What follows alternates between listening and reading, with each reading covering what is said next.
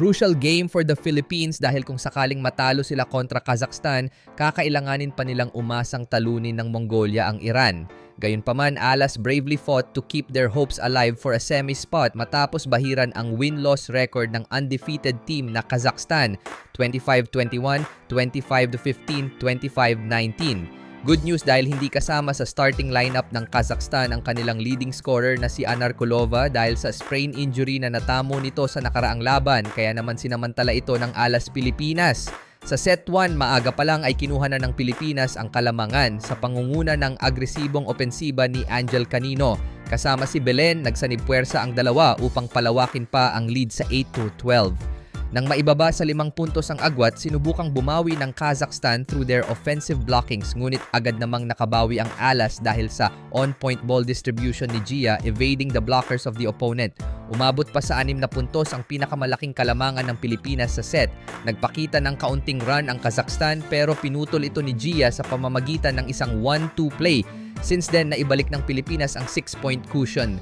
Bagamat umarangkada muli ang Kazakhstan sa huling bahagi ng set, na itawid pa rin ng Alas ang panalo 25-21. Sa ikalawang set, unang beses nakalasap ng kalamangan ang Kazakhstan, ngunit hindi nagtagal, inactivate ni Gia de Guzman si Sharma na kumamada ng 3 sunod na attack points para itabla ang score sa 9. Muling pumorsyento si Gia sa kanyang main scorer na si Angel Canino, dahilan para muling makalayo ang Alas Pilipinas sa score na 16-12. Patuloy na naging concern para sa Kazakhstan ang kanilang shaky first ball na naging dahilan kung bakit hindi makaporma ang kanilang mga attackers. Sa dulo ng set, nagpakwala ang Alas ng 6-0 run na tuluyang nagpalubog sa Kazakhstan. Sunod-sunod na mabibigat na serve ang pinakawalan ni Alyssa Solomon, sealing the set for the Philippines 25-15. Patuloy ang problema ng Kazakhstan sa kanilang reception sa simula ng ikatlong set. For the second time, nagawa pa ngang maulit ni Gia de Guzman ang kanyang trademark 1-2 play para makakuha ng puntos. Bagamat bahagyang nakuha ng Kazakhstan ang kalamangan sa mid-set, agad itong nabawi ng Pilipinas because of their scoring option na si Bella Belen, 12-11.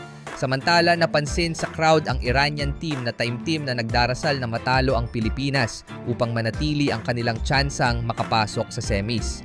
Ngunit sa final stretch ng set, hindi na pinatagal pa ng Alas Pilipinas. Pinangunahan nina Alyssa Solomon at Bella Belen ang scoring to establish a 5-0 run. Sa huli, tinuldukan ng Pilipinas ang laban at sinilyuhan ang panalo. Sa score na 3-0 kontra Kazakhstan, nakuha ng Alas Pilipinas ang outright spot sa semifinals mo, isang malaking hakbang para sa national team sa kanilang historic campaign.